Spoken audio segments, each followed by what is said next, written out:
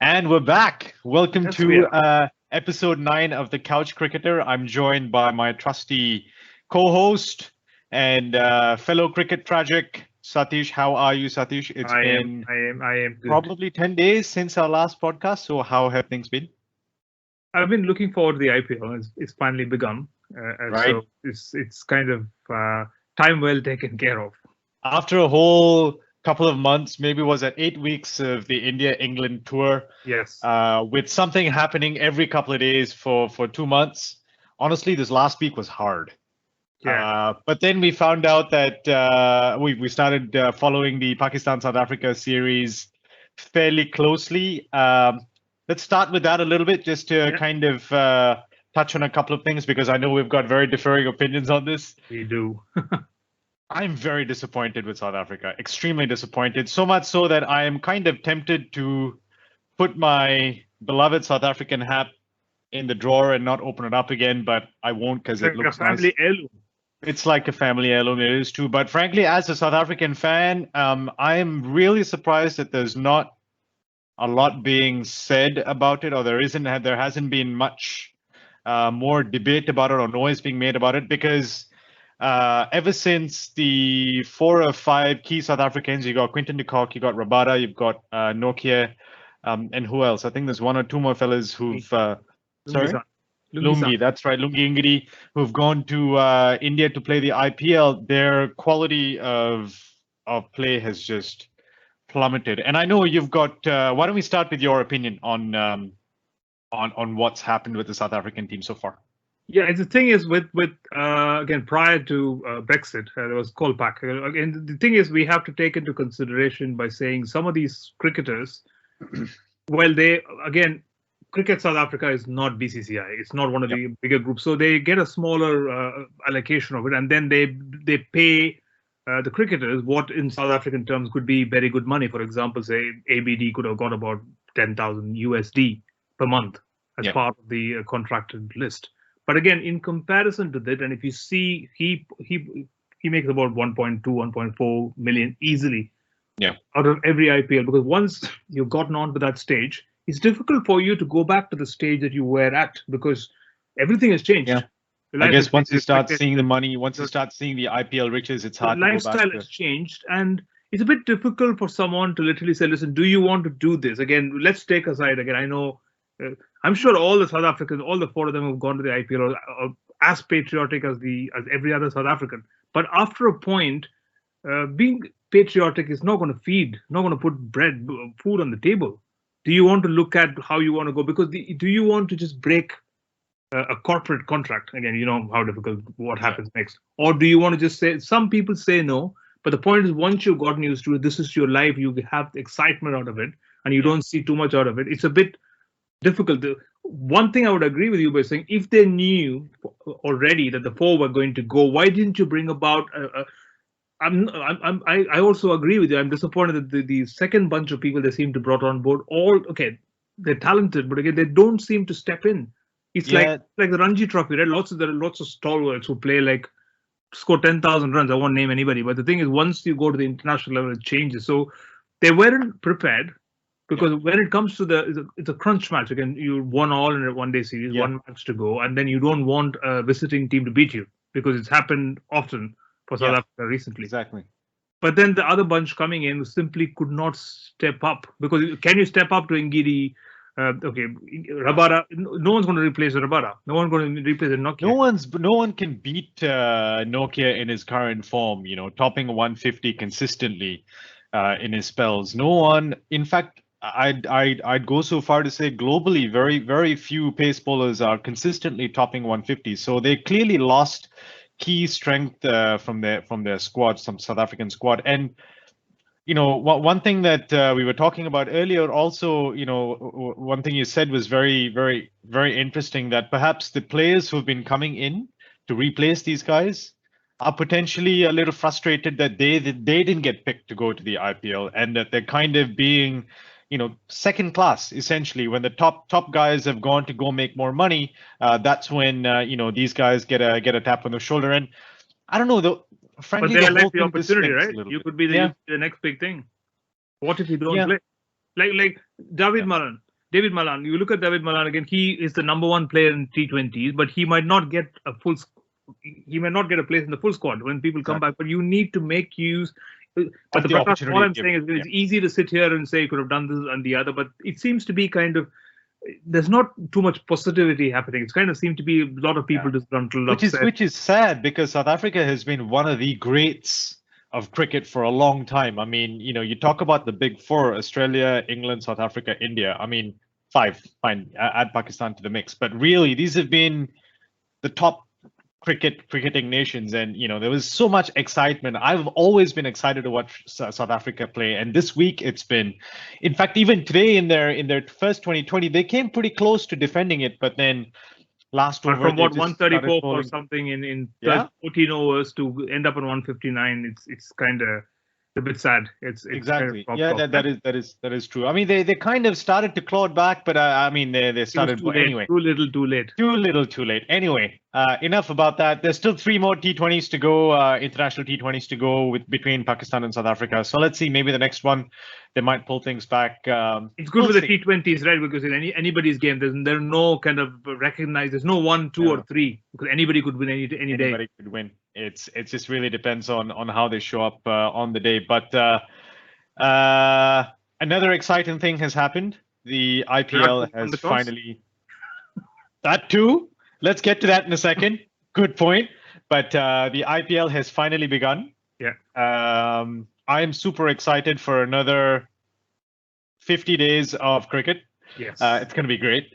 Why don't we start a little bit about with the first game yesterday? So we had Bangalore versus RCB versus Mumbai Indians. What are your thoughts? A few records. Virat Kohli winning the toss. Virat Kohli winning the match. See, he wins the toss when he plays for Bangalore, but when he plays for India, come on, man. But having said that, he's lost all the tosses and he's won most of the games. So all the 3 Test, one day T20 are his. That will be his argument. Yeah. We still won, didn't we? It was a good start, but again, it's always good to see Mumbai Indians kind of. It was a very close game. It was. But I just think it was good to see other teams beat them because the Mumbai Indians are almost like the Aussies of the 90s because it got to be boring. Like Roger Federer. Again, it got boring. He just wins everything. Having said that, last IPL, the first game was Mumbai versus CSK, and CSK won, chased them down. I remember Sam Curran came and did something like, 18 or 25 off 6 or 7 balls or something like that, played a nice cameo at the end and got CSK through. But so I guess they've had a history of losing their first games, but they always kind of clawed back. Look at the middle order. Come on, it's just one after the other. It's kind of never ending. I mean, they are a well-oiled machine. I thought they were perhaps a little bit loose on the bowling, a little bit maybe. I think they could have sort of restricted RCB to an even lower total, maybe in the 130s, 140s. But it was an interesting game all around. I think standout for me. I thought it was great to see Suryakumar Yadav and Ishan Kishan just come back into it and just. From ball number 1, where it all started. It's such a pleasure to watch those two bat. It's brilliant.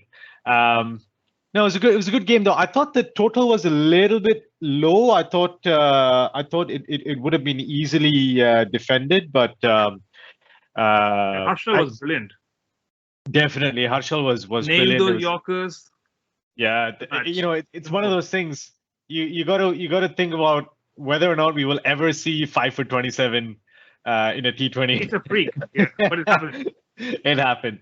But no, it was good to restrict them to that total. I mean, Bangalore started well, but then they had a bit of a wobble, and it was a nail biter, And I guess that's the reason why the IPL is the IPL and why it's that good, because every couple of games you get one which is really down to the wire. It's down to that last ball to win, and you can't ask for a better contest, can you?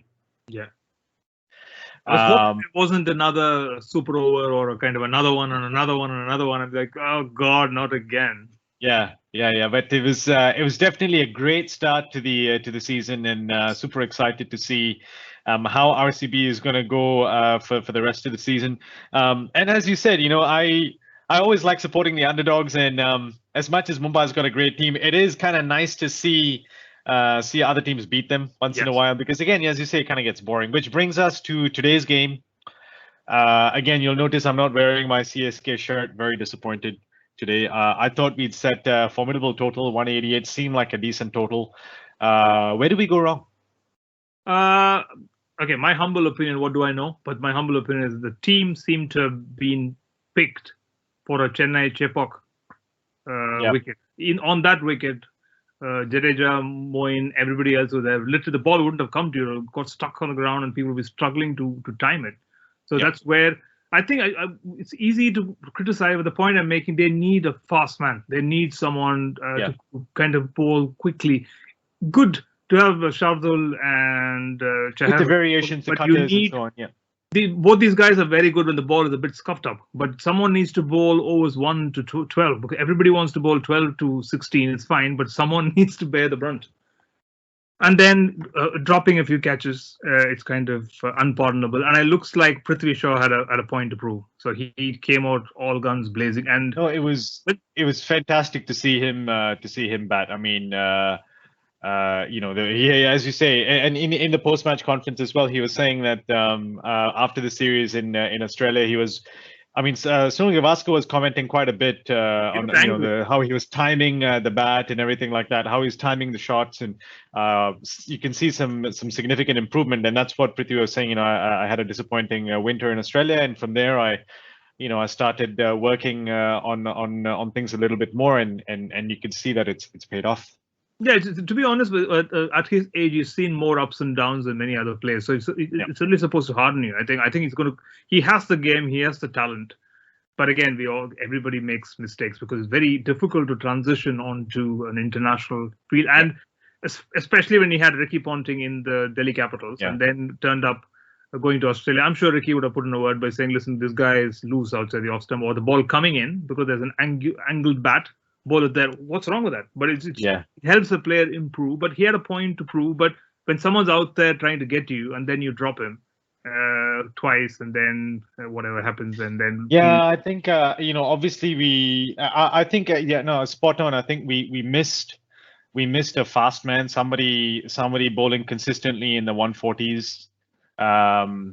And you're right. Thakur was brilliant in the India-England white ball series with the variations, the cutters, and all that kind of thing. He was brilliant in getting those wickets in the middle overs. But I think we really missed a decent opening. And I think power play is again coming to haunt us. 6 overs, you have to hit about 40 odd, 50. Minimum. Anything less than that, you're never going to catch up. The doubling up after the 10th over doesn't quite happen. It's just mathematically possible, but physically they don't have a finisher, right? Again. Yeah. No, definitely. And today, I think in Chennai's innings, what we were 33 or 33 for 2 or something at the end of the power play, and these guys were at 60 odd at the end of the power play, and you can see, I mean, that gap is really hard to narrow down. No matter how good. And when we got that first wicket of the 14th over, you could see the celebrations were muted. It was too little, too late. Which brings me to the next point. At what point do you think, the players started changing their body language? Because you could see towards, after about the 10th or 11th over, they just. You could see there was no life left in the Chennai squad. They were just kind of. Some of the balls were not even chased down. They literally stood and stared. They just let it go, which is one of the things. Halfway again. Exactly, which is one of the things I noticed. No stopping them. They weren't. I mean, the bowlers didn't seem to be bowling to the field that was set, which I think is one of the things that we keep talking about. That as much of a master strategist Dhoni is or was, perhaps the style of his captaincy needs to adapt a little bit to. Not just to the grounds, but also to the players that he's got with him, and maybe that role clarity on who's supposed to do what. Perhaps that needs a bit of a rethink. But also, I think with teams, it always happens, right? You just can't be at the summit all the time. Sometimes you drop off. So they're probably kind of relearning, rejigging, because everything has been thrown up in the air this time, right? Again, they're not playing in Chennai. Teams have been changed because they've always been masters at their own backyard. But again, it's a learning curve. I think all hope is not lost yet, but I think I mean it's only the first game down. Strong. You need a fast man probably and we need some sort of a finisher. Because to be honest with you, again, even though MSD must be bored, but he just can't turn up and save every single game. Why are the others there then? Why doesn't he bat 10 times then? Basically, he could do that. Right? Our best way for Dhoni to save the team is probably half the players will not bat. All the bowlers will not bat. Dhoni will come back 4 times and play, and then he'll play 300. But that's not going to happen. You need not someone realistic. to back him up. I will say, though, happy to see Moeen Ali back. Yes. Did well today. Stand out Suresh for me. Raina. Did really Loved well. him. Yeah, it was excellent to see him bat. No, I think there's some positives to take away from this, and I think it's kind of set the standard for Wankhede as well at that playing under lights in those conditions. I think so probably 200 is the par for Wankhede. I was looking at the stats before. I think up until now that the par there has been in the 160 to 170 range, but perhaps now it's a little higher up. A bit. Yeah. And the rain didn't help today. No, of course, it didn't help. Yeah, that too. So I mean, perhaps you could say that conditions necessarily weren't in CSK's favor, but hey, as you say, there's still a long way to go in the tournament, so perhaps they'll pull it back. Which brings me to a super exciting matchup tomorrow. We've got Hyderabad versus Kolkata Knight Riders. We've got David Warner against Owen Morgan. We've got the likes of Jason Roy, Bairstow. I'm excited to see what Jason Roy does because he has another point to prove because he was not the first choice. Yeah, we've got Dinesh Karthik, Varun Chakravarti. You've got some decent stars to look out for on both sides. What are your predictions? I think our hometown boy Natarajan is also back. So again, I'm excited to see kind of what he does. So I think tomorrow, I think Jason Roy, I think he should open. I hope they don't kind of rejig the batting order. He can't come down the order. He just has to come there, and he has the game to excel at the T20 level, IPL. I'm surprised that he has not played any before. Yeah. But again, it's perception. So it's time for him to kind of break the perceptions and go about it. So I think evenly matched teams. Again, there's no kind of again, there are not many superstars. Again, very good players, of course, but there are not many of those personalities. Yeah. So it's going to be, again, say what you want about Warner because his work ethic and it's kind of, I just like how the Sunrisers have grown around him. So he's kind of, he's the MSD of Sunrisers, for want of a better word. So I want to see how he continues to play. Morgan is Morgan again. He's going to be a master. It's always a pleasure watching him captain on the park. I'm thinking Roy and Bairstow to open, perhaps with Warner coming one down, maybe two down. They must attempt. Okay, with Warner at the helm, I think it's going to be a possibility. He's going to be open to trying something slightly different because no one's seen. Okay, I wouldn't say no one's seen Jason Roy, but no one's seen Jason Roy in an IPL. None of the local talent have. They probably watched him on TV, but it's not the same. Yeah. Like seeing someone run at you. Because Jason Roy has no fear. Yeah, no, definitely. I'm excited also to see Bhuvi and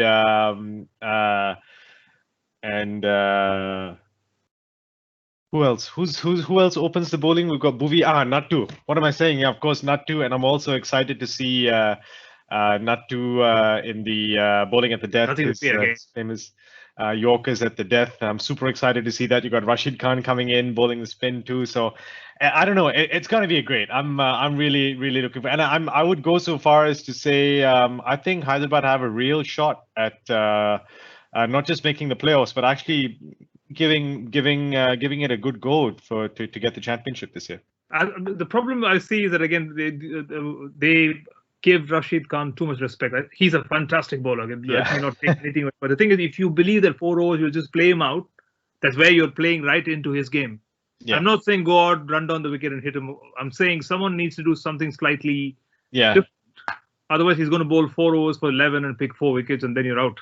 Yeah, it's pretty dangerous if you sit on the back foot. He's literally going to bowl those googles and literally kind of get you out. It doesn't matter who you are. He doesn't care. He's going to get you out. He's going to say 2 balls. Do what you want. And third ball tonight. Exactly. So no, it should be a good game tomorrow. Yes. Looking forward to it, and it's always a pleasure to watch T20 cricket on a Sunday afternoon in lockdown. So looking forward to that tomorrow. And I guess we've got a full, obviously we've got a full set of games during the week. We might say catch up on Wednesday for Should another do that. session and see how things are, just to catch up on a couple of games and throw some banter around. What do you think? Of course, that's a good idea. Fantastic. Good to always chat. Definitely, Satish. We will talk soon. Yeah, we'll chat on WhatsApp for during the match tomorrow. Of course we will. Take care Till then. next time. Bye.